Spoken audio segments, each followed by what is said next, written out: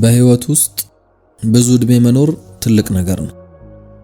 ብዙ ሰዎች እዛ ምዕራፍ ላይ አይደርሱ። ነገር ግን እዛ እድሜ ላይ መድረስ ከብዙ መሰናክሎች ጋር ነው የሚመጣው። የህይወታችሁ ወርቃማ የሚባሉ ጊዜያት ስለ ሰላም፣ ስለ ማንጸባረቅና ስለ ሙሉነት መሆን አለባቸው። በእናንተና በምታስቡላቸው ሰዎች ላይ ስለማተኮር ነው። በሚያሳዝን ሁኔታ ሁሉም ሰው እናንተ በምትፈልጉት ልክ ጥሩ አይሆንላችሁ። የሚገርማችሁ አንዳንዴ ቤተሰብ፣ ጓደኛና የቅርብ የምትሉት ሰው እንኳን ኢነርጂያችሁን ሊገድል፣ ጭንቀት ሊፈጥርባችሁና ሰላማችሁን ሊረብሽ ይችላል። ታዲያ በዛሬው ቪዲዮ እድሜያችሁ ከፍ እያለ ሲመጣ ከህይወታችሁ ማስወገድ የሚጠበቅባችሁን 5 አይነት ሰዎችንና እንዴት አድርጋችሁ የአእምሮአችሁን፣ የስሜታችሁንና የሰውነታችሁን ጤና መጠበቅ እንደምትችሉ የሚያመላክቱ ሐሳቦችን እናነሳለን። ለቻናሉ አዲስ ከሆናችሁ ሰብስክራይብ በማድረግ ቪዲዮውን እስከ መጨረሻው ተከታተሉ። የመጀመሪያው ከህይወታችሁ ማስወገድ የሚጠበቅባችሁ ሰዎች ሁልጊዜ ትችትን የሚያበዙ ሰዎች። በህይወታችሁ ሁሌም ቢሆን ስህተት የሆነውን ነገር ብቻ ማየትና እሱን ደግሞ መውቀስ የሚቀናቸው ሰዎች ይገጥሟቸዋል። ውድቀታችሁን ለማስታወስ ይሞክራሉ። ምርጫዎቻችሁን አሳንሰው ያያሉ። ወጣት ሆናችሁ ምናልባትም ከነሱ ጋር መልሳችሁ ልትከራከሩ ትችላላችሁ። ነገር ግን እድሜያችሁ ከፍ እያለ ሲመጣ የመታገስ ኢነርጂያችሁ የተገደበ ነው። ትችት ከባድ ሸክም ይሆንባችኋል። የማያባራ ኔጌቲቭ ኢነርጂ በራስ መተማመናችሁን ይበላዋል። ጥርጣሬ ከፍ ያደርግባችኋል። እንዲሁም ደግሞ ጤናችሁን ሁላ ሊጎዳ ይችላል። ስለዚህ ራሳችሁን ጠብቁ። ከትችቶች ማረጋገጫ ያስፈልጋችሁ። እናንተን ከፍ የሚያደርጉ የሚያበረቱ ድምጾች ላይ ብቻ ትኩረት አድርጉ። ዋጋችሁን የሚረዱት ላይ ብቻ ትኩረት አድርጉ። ጊዜያችሁ በምንም የማይተመንና የማይለካ ውድ ነገር ነው። ስለዚህ ያንን ነገር የእናንተን ዋጋ የሚያዩት ሰዎች ላይ ብቻ አውሉት። ሁለተኛው አታላይ የሆኑ ሰዎች ናቸው። እነዚህ ሰዎች እንግዲህ ስሜታችሁን የሚቆጣጠሩ ሰዎች ናቸው። ምናልባትም ያንን ነገር ከፍቅር፣ ከሐሳብና ከቤተሰብ ኃላፊነት ጀርባ ሊደብቁት ይችላሉ። በሚውሉላችሁ ውለታ ጸጸት እንዲሰማችሁ ለማድረግ ይጥራሉ። ፋይናንሻል የሆኑ ውሳኔዎች ላይ ይገፋፏችኋል። መልካምነትና አገልጋይነትን ያምታቱባችኋል። ብዙ ሰዎች ሰላም ማለት የእነሱን ነገር ማስረከብ እንደሆነ እያሰቡ በዚህ ወጥመድ ውስጥ ይወድቃሉ። ነገር ግን እድሜ እየገፋ ሲመጣ ሰላምና ምቾት ከምንም በላይ ዋጋ ያላቸው ነገሮች ናቸው። አታላዮች ደግሞ እነዚህን ሁለቱንም ነገሮች ነው የሚነጥቋቸው። ታዲያ መፍትሄው ምንድነው ካላችሁ ደግሞ ድንበር ማበጀት ነው። በስሜት ሰዎች ላይ ጥገኛ ለመሆን ራስ ወዳድነት አይደለም። ይልቁኑ ያ የምትተርፉበት መንገድ ነው። ቀልባችሁን እመኑት። እምቢ ማለት ስትፈልጉ ያለምንም ይሉኝታ እምቢ በሉ። ከምንም በላይ ደግሞ ራሳችሁን ስለጠበቃችሁና ስለተከላከላችሁ በፍጹም ጸጸት እንዳይሰማችሁ። ሶስተኛው የኢነርጂ ቫምፓየር የሆኑ ሰዎች ናቸው። አንዳንድ ሰዎች ቀውስን አብዝተው ይወዳሉ። ድራማን፣ አሉታዊነትና የማያባራ ወቀሳን ይዘው ይመጣሉ። ከትችት በተቃራኒ እነዚህ ሰዎች እውነትን የምትናገሩ ከሆነ ዝቅ ያደርጓቸዋል።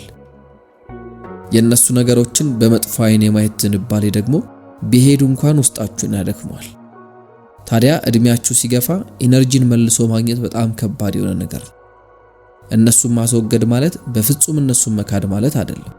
ይልቁኑ ጤናችሁን መምረጥ መቻል። ዙሪያችሁን መክበብ ያለባችሁ መረጋጋትን፣ ደስታና ሳቅን ወደ ህይወታችሁ በሚያመጡላችሁ ሰዎች ነው።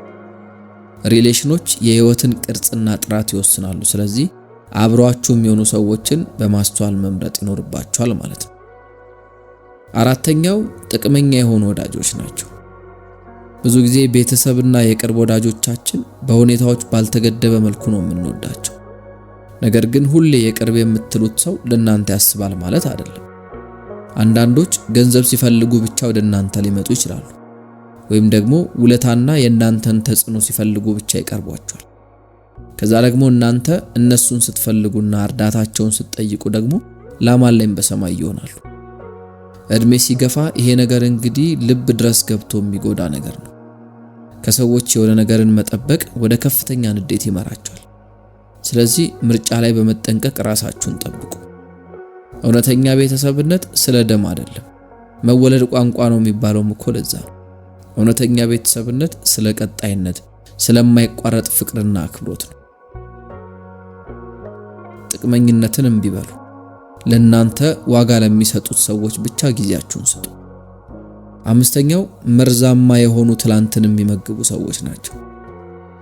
ነገሮችን ማንጸባረቅ ከእድሜ ጋር ሲሆን ተፈጥሯዊ ነው። ነገር ግን አንዳንድ ሰዎች ከትላንታችሁ ጋር በጸጸት በማነጻጸርና ባመለጡ እድሎች አስረው አንድ ቦታ ላይ ተጣብቃችሁ እንድትቀሩ ይታገላሉ። ስህተታችሁን ያስታውሷችኋል፣ ምርጫዎቻችሁን ያሳንሳሉ፣ ሕይወታችሁን መሆን ከነበረበት ጋር ያነጻጽራሉ። በዚህ መንገድ መኖር ደግሞ ጭንቀትን ከፍ ያደርጋል፣ ደስታችሁን ይሰርቃል። የዚህ መከላከያው ቀላል ነው። እሱም ደግሞ አሁንን መኖር ነው። ማመስገንን ከሚያለማምዷችሁና እድገታችሁን ከሚደግፉላችሁ ሰዎች ጋር ተጣበቁ። ሕይወትን አሁን እንዳለችበት ሰለብሬት የሚያደርጉ ሰዎችን ቅረቡ።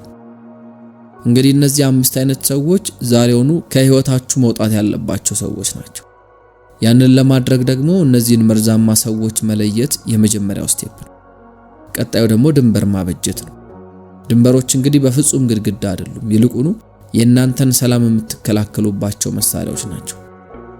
በወርቃማ እድሜያችሁ የእናንተን ቦታ ማን መጋራት እንዳለበት የምትመርጡበት እድል አለ። ከእንደዚህ አይነት ሰዎች መራቅ ክህደት ሳይሆን ራሳችሁን ማክበር ነው። እርግጥ ነው ጸጸት ምናልባትም ሊመጣ ይችላል። ነገር ግን አስታውሱ፣ በኔጌቲቭ ኢነርጂ ውስጥ የምታልፉት እያንዳንዱ ቅጽበት ማለት ከሰላማችሁ ላይ የምትሰርቁት ጊዜ ነው።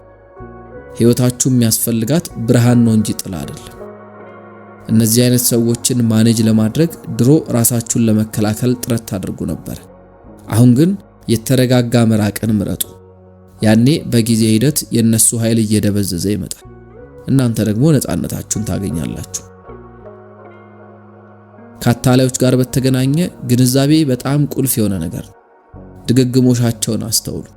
የሆነ ሰው ጫና ካሳደረባችሁ ወይም ደግሞ እንድትጸጸቱ ካደረገ ያ ፍቅር አይደለም።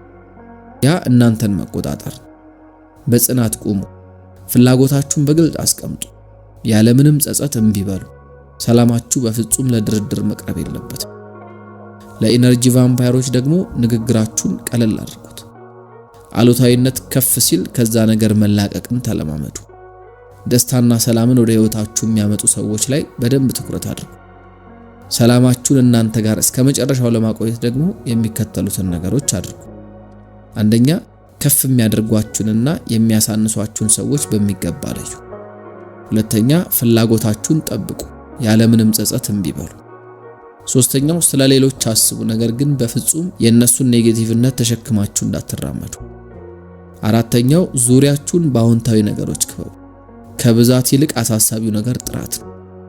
አምስተኛው፣ ራሳችሁን ይቅር በሉ፣ ጸጸትን ልቀቁት፣ ለራሳችሁ ደስታ ዋጋ ስጡት። ስድስተኛው፣ አእምሮአችሁን ሙሉ አድርጉት፣ ቀለል ያሉ ስፖርቶችን ስሩ። እነዚህ ሁሉ እንግዲህ ለነገሮች ምላሽ የምትሰጡበትን አቅም ከፍ ያደርጉታል። ሰባተኛው፣ ከሰዎች ጋር የምትተሳሰሩበትን መንገድ በደም ወይም ደግሞ ከአንድ ማህፀን በመወለድ ብቻ አይደለም። ፍቅርና አክብሮትን የሚሰጧችሁን ሰዎች በትኩረት ወደ ሕይወታችሁ ለማስገባት ምረጡ። ማስተዋል ያለባችሁ ነገር መርዛማ የሆኑ ግንኙነቶች ስሜትን ብቻ አይደለም የሚጎዱት። ጥናቶች እንደሚያሳዩት ከሆነ ማታለሎችና አሉታዊ ነገሮች የጭንቀት ሆርሞንን ከፍ ያደርጋሉ፣ በሽታ የመከላከል አቅምን ዝቅ ያደርጋሉ፣ እንዲሁም ደግሞ ሕይወትንም ያሳጥራሉ። ሰላማችሁን መጠበቅ ራስ ወዳድነት አይደለም፣ ይልቁኑ ያ ጤናን መጠበቅ ነው። አመስጋኝነት ይህንን ነገር ያጎለዋል። የሚደግፏችሁ ሰዎች ላይ ትኩረት አድርጉ፣ ጉዟችሁንም አክብሩት።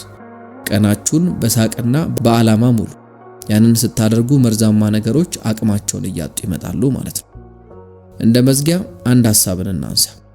እስኪ ሕይወታችሁን እንደ አንድ የአበባ ስፍራ አስቡት። ፖዚቲቭ የሆኑ ሰዎች አበባዎች ናቸው፣ ውበትና እድገትን ያመጣሉ። መርዛማ ሰዎች ደግሞ አረሞች ናቸው፣ ብርሃንን ይጋርዳሉ፣ እድገትንም ያቀጭጫሉ።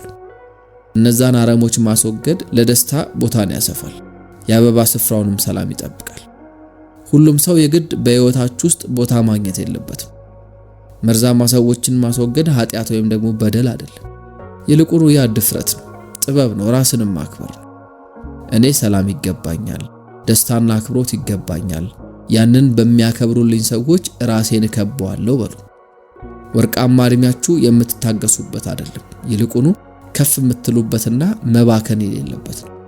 ሰላማችሁን ጠብቁ። አብሯችሁ የሚሆነውን ሰው ምረጡ። ከዛ ቀሪ ዘመናችሁን ትርጉም ባለው ነገር በፍቅርና በሙሉነት እንዲያበራ ፍቀዱለት።